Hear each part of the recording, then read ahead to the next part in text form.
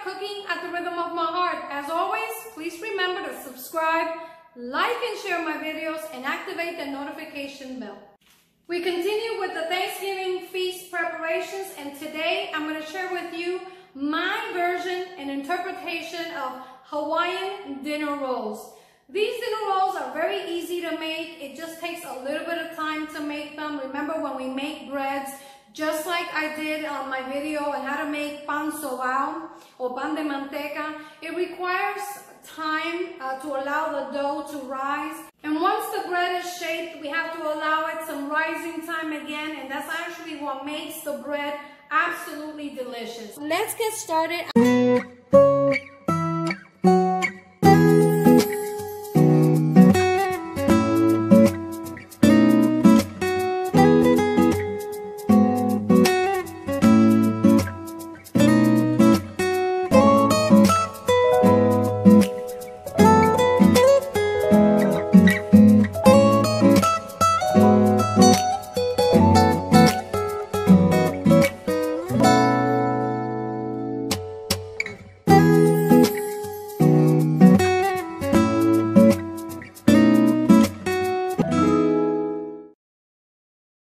For my version of this recipe, we're going to need all-purpose flour, unsalted butter, eggs, yeast, and I always buy my yeast in bulk or in a jar, and I'll be sure to give you the equivalent to the packages for this recipe. We're going to need some salt, granulated sugar, some pineapple juice, freshly grated ginger, almond and vanilla extracts. If you can't find the fresh ginger, you can substitute with the ginger powder.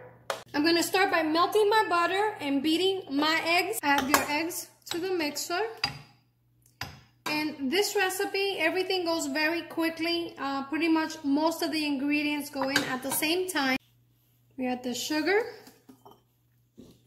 And now we want to add our butter, or melted butter. Remember, this is unsalted butter. And finally, we want to add the pineapple juice. And we're going to mix it briefly, just so that we can combine all the ingredients. What we're looking for is for the sugar to melt slightly. Takes a few seconds. While mixing, we want to add the vanilla and almond extracts. We're also going to add the salt. I'm going to increase the speed slightly, just so that they can combine. And now I'm going to add my freshly grated ginger.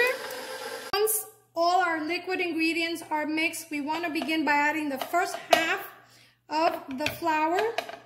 And this is important because we want to add the flour and the yeast mixture in two parts, and we want to begin mixing it. Once it mixes for about 30 seconds to a minute, you want to begin sprinkling the yeast over the dough. You want to increase the speed slightly to mix, and we're just dissolving the yeast into the rest of the ingredients. Continue sprinkling it. And once you get the yeast nicely mixed, you want to increase the speed. And I'm going to continue mixing the ingredients for about 1 to 2 minutes. And when I come back, I'm going to show you what that looks like. I'll show you what the consistency of the dough looks like. Okay, so our dough is ready, and I'm going to just pause it so I can show you the consistency. What you're looking for is to make sure that all the ingredients are incorporated perfectly, that you don't have any lumps of flour or sugar that hasn't been dissolved. So basically, this is the consistency you're looking for. It's a little runny. And now we're ready to add the remaining half of our yeast and also the rest of the flour. And the flour will be added half a cup to a cup at a time. We're going to begin mixing again and add or sprinkle the rest of the yeast. Same process. We want to make sure we dissolve the yeast. Once it's dissolved, we can begin adding our flour to the mixture.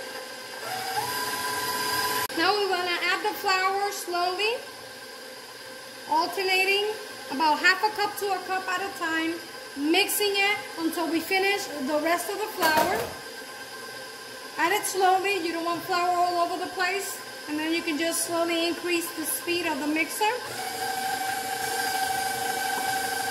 Keep adding more flour and mixing until all the flour is done. Before I continue, I just want to point out very quickly that the amount of flour that we use in just about every bread recipe that we make at home varies and is determined by the weather and also the humidity level in the region or the country where you live. So it's very important that you keep an eye on that. I will give you a basic recipe, but of course here in Florida, the factor of the humidity varies.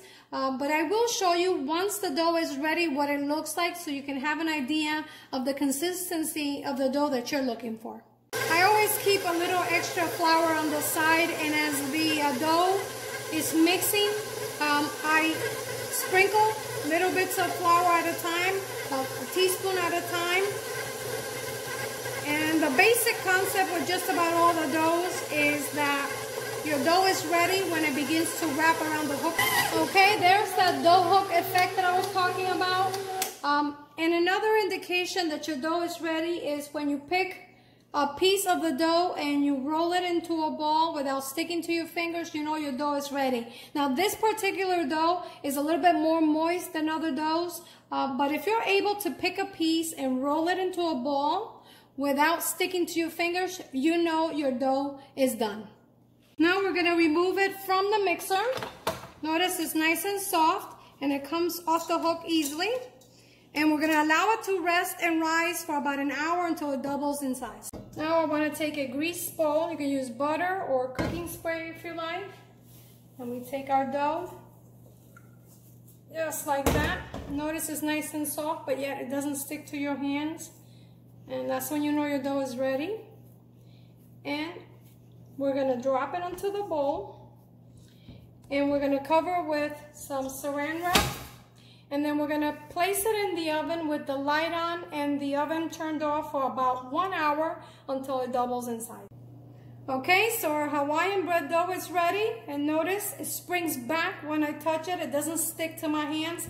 And that's exactly the consistency of the dough we're looking for. And that's how you know when your dough is ready. Now we want to just press down just to deflate the dough. Some flour over the counter. Not a lot. You don't want to overflour your dough. It is perfect already, and we want to turn it onto our cutting board. Look at that. It's airy and springy and oh, it smells delicious. I cut it in half, and I want to work with small pieces of dough because I don't like overworking my doughs. I mean, you put all this work into it, and then if you over process it, the bread just turns tough. Now, this dough should yield between 20 to 24 buns. It depends on how big you form them. So I have half of the dough here, and I'm going to once again cut it in half. And that's how we, try to guesstimate the exact measurement so we can make them as even as possible. Of course, in the bakeries, they actually weigh each piece to make sure that they're the same, but we don't have to do that at home. And once you have it cut to the size that you want, you want to put it in the palm of your hand and just squeeze it slightly. You don't have to apply too much pressure. And then you bring all the ends to the inside, just like that. Turn it, and using the palm of your hand, just roll it to shape it. And there you have it. I'm going to do another one. Take your dough, put it in the palm of your hand, flatten it slightly, and then just fold to the inside, just like that. I hope you can see that. Pinch it, turn it to the other side, and with the palm of your hand, you shape it into a bowl or a bun. Now, if you want to make them as uniform as possible and you want to weigh them, you want to cut pieces that weigh about 3 ounces each. And there you have it, Hawaiian bun. I'm going to continue making the buns. And once they're all done, we're going to place them back in the oven with the light turned on and the oven off. and allow them to rise a second time until the buns have doubled in size. When the rolls are ready, we want to cover them with some plastic, and you want to make sure you don't skip this step because otherwise it'll form a skin over the top. You put some saran wrap over the top, and then we cover them with some kitchen towels. The plastic is just to avoid the kitchen towels sticking to our buns. After 1 hour, the dinner rolls have risen and doubled in size, as you can see, and we're going to uncover them, and we're going to place them on a preheated oven. Bake them at 350 degrees for 25 minutes.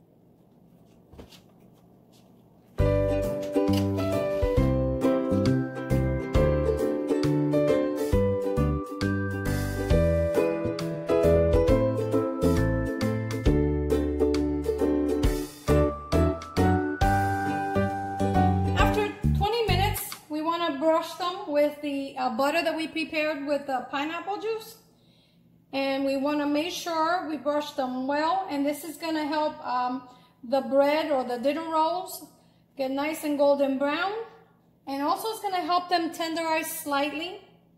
I'm going to place them back in the oven and finish cooking them an additional 5 minutes until they're done.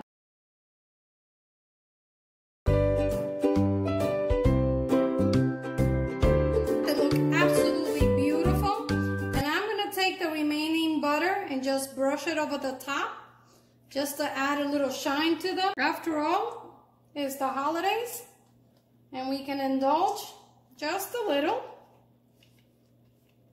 Okay, and we're ready to try my Hawaiian dinner rolls. And now there's only one thing left to do. Let's try them. They're still warm, but I want to show you that they're super soft, spongy, and that's one of the qualities of this kind of bread. And I'm gonna cut it in half so you can see. Check it out. It's beautiful. It's nice and soft. Smells delicious. You can serve it with some butter, but I have to be honest with you, I love enjoying them straight out of the oven, just like this, plain with no butter, just the way they are. Let's try them.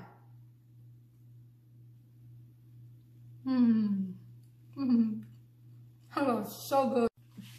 They're super soft and tender. You can taste the pineapple, the butter, absolutely delicious. You have to try them. Well, guys, as always, I'm Evita, cooking at the rhythm of my heart. Buen provecho y hasta la próxima.